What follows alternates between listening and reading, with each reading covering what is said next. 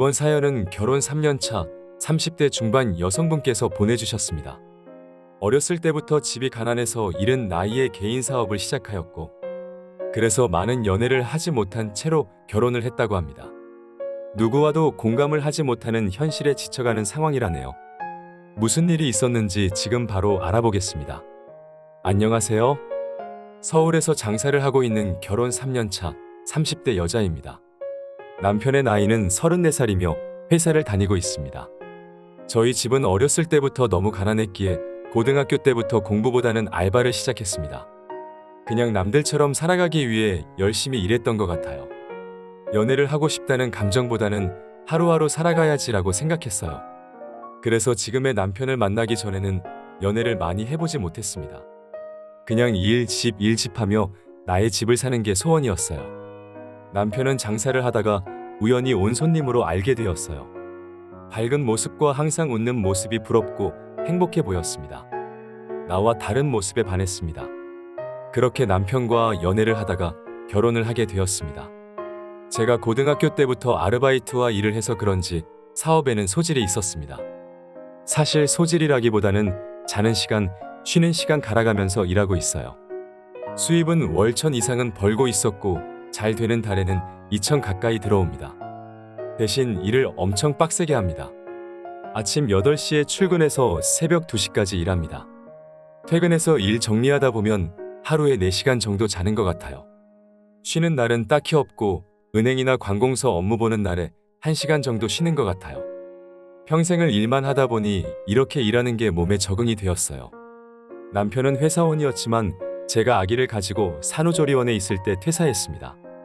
집안일은 전혀 하지 않는 타입이었지만 무슨 생각으로 전업주부를 선택했는지 당황스러웠습니다. 제가 당연히 많이 벌고 있고 저랑 아기를 케어해 준다는 건 고마웠지만 장사란 게 10년, 20년 평생 잘 되는 곳은 정말 보기 드물거든요. 갑자기 가장이 된다는 게 너무 부담스러웠습니다. 그래서 산후조리원을 나와 출산 2달이 돼갔을 때 바로 출근을 시작했습니다. 몸이 아픈 거보다 심리적 부담감이 커서 더 열심히 했던 것 같아요. 1년 정도 지난 결과 장사는 정말 잘 되었습니다. 이젠 슬슬 몸도 아파지고 아기가 너무 보고 싶었어요. 1년 동안 아기의 자는 얼굴만 보고 일했던 것 같아요. 월 1,000만 원만 가져가도 되겠다는 생각으로 아르바이트와 자동화를 갖추어 갔습니다. 그동안 남편에게 독박 육아를 시키는 것 같아 정말 미안했는데 이제는 한가해지고 여유가 생기다 보니 그동안 안 보였던 것들이 보이기 시작했습니다. 남편의 생활이 정말 한심해 보여요. 아기는 13개월이 되어서 어린이집을 보내기 시작했습니다. 그동안 집에서 하루에 4시간 잠만 자고 출근했기에 몰랐는데 남편은 정말 게으르고 아무것도 하지 않습니다. 집안일은 하는 게 전혀 없었습니다. 빨래는 엄청 모아놓고 세탁소를 보내질 않나. 밥을 모두 배달 음식으로 해결하거나 인터넷으로 시켜 먹어요. 심지어 아기 유아식까지 전부 인터넷으로 구매했네요. 당연히 설거지할 일은 전혀 없고 쓰레기 봉투로 바로 다 넣습니다. 청소기는 로봇 청소기 돌려놓고 그냥 누워있는 게 전부예요. 1년 동안 혼자 육아하느라 힘들었다는 생각에 참았습니다. 남편에게 뭐라고 하기보다는 헬스를 다녀보면 좋겠다는 생각에 등록해줬어요. 남편도 살이 많이 쪄서 찬성했습니다. 집안은 개판이지만 남편이 자기 자신을 잃어버리지 않았으면 좋겠다고 생각했어요. 집안일을 하지 말라고 말한 뒤 당당하고 건강한 남편을 원했습니다. 그렇게 1년이 또 흘러 지금이네요. 지금은 행복하고 건강한 가정을 이뤘냐고요?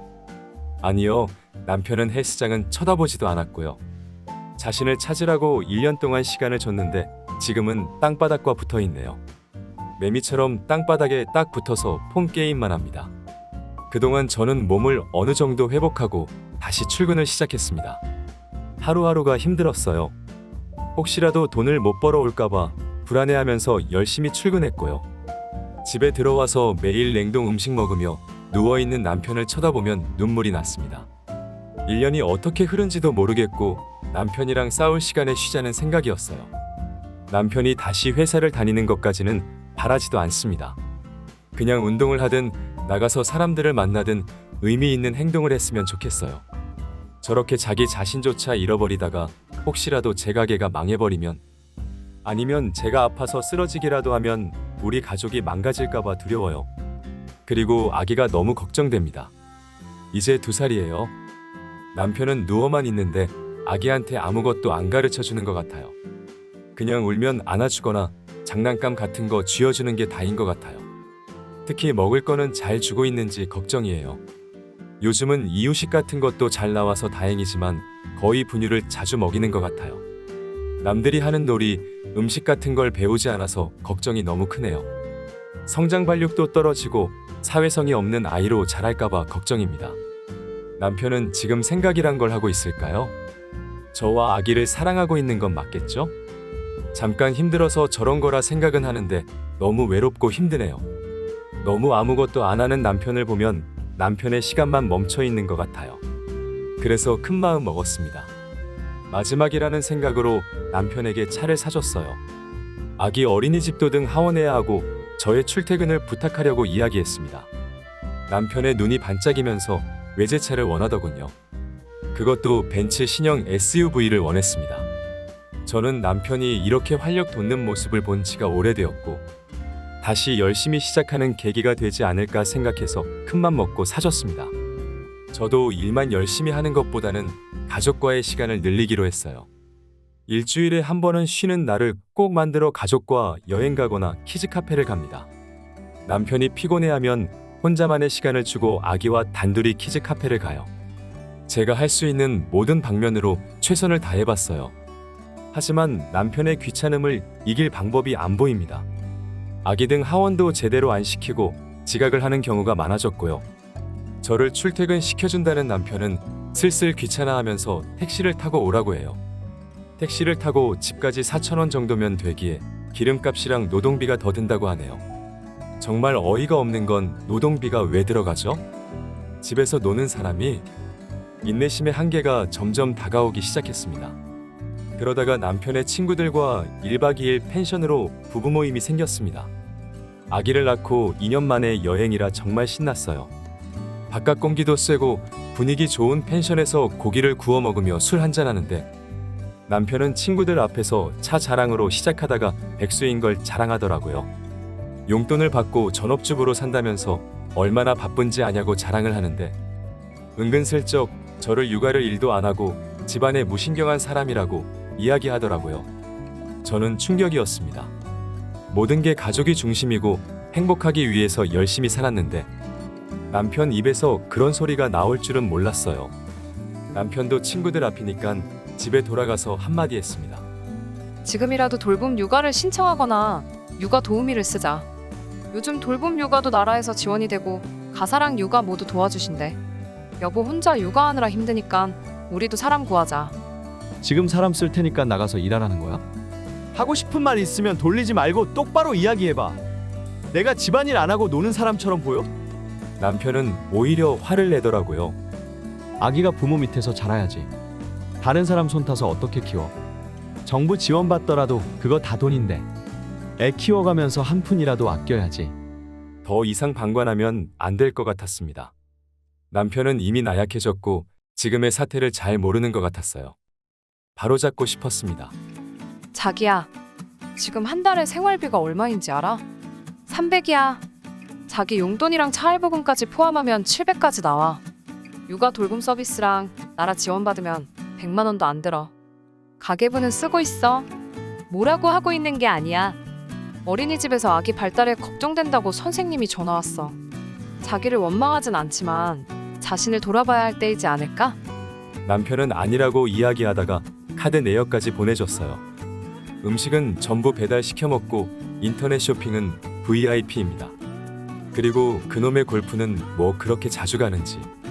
한 번 나가면 기본 30은 나가고 같은 옷만 입으면 없어 보인다고. 골프 옷은 엄청나게 샀어요. 남편은 그제야 모든 걸 인정하고 정신 차리는 것 같더라고요. 미안해. 내가 지금부터 하나씩 바뀌어 갈게. 그동안 늪에 빠진 것처럼 잘못된 것 같았어. 다행히 받아들이는 것 같았습니다. 제가 왜 이렇게 돈을 쓰면서 참고 사는지 궁금한 사람이 많을 거예요. 저는 장사만 하며 살아가는 사람입니다. 고등학생 때부터 사회에 나와서 그런지 가족 대하는 게 서툴러요. 저희 남편은 사람에 대한 정도 많고 따뜻한 사람이고요. 무뚝뚝한 제가 못하는 많은 것을 해주는 남편이에요. 저희 부모님에게도 친자식처럼 따뜻하게 다가가주고 친정이라고 무시 안 합니다. 시댁이든 친정이든 똑같이 대하면서 친정에는 뭐라도 더 주려고 해요. 주변에서도 이혼하라는 이야기 정말 많이 들었습니다. 저는 절대 이혼 생각은 없어요. 현재 저에게 가장 필요한 존재가 남편이 아닐까 생각이 들어요. 남편은 처음부터 끝까지 잘해보려고 한 거였고, 육아도 주부도 처음이었기에 서툴지 않았나 싶어요. 나중에 남편 이야기를 더 들어봤는데 많이 힘들었대요. 사람과 대화도 없이 아기만 하루 종일 보고, 아내는 집에 들어와서 이야기도 안 하고 잠만 자니깐 외로웠대요. 회사를 퇴사하고 아무것도 안 하니깐 아무것도 없는 존재 같았다네요. 무기력하니깐 대인기피증도 생기면서 그런 것 같다고 하네요. 남자는 사회적으로 지위나 직책이 있어야 된다고 생각하는 편입니다. 어떻게 하면 남편이 다시 일어날 수 있을까요? 많이 깨닫고 노력을 하려고 합니다. 댓글로 많은 조언 부탁드립니다. 오늘의 사연은 여기까지입니다. 모든 사람이 똑같은 삶을 살아가는 건 아니라고 생각합니다.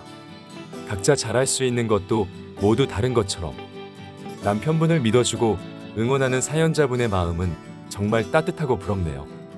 남편분이 조금만 정신 차려서 행복한 가정 꾸리시길 응원합니다. 다른 의견이 있으시면 댓글로 많은 의견 부탁드립니다.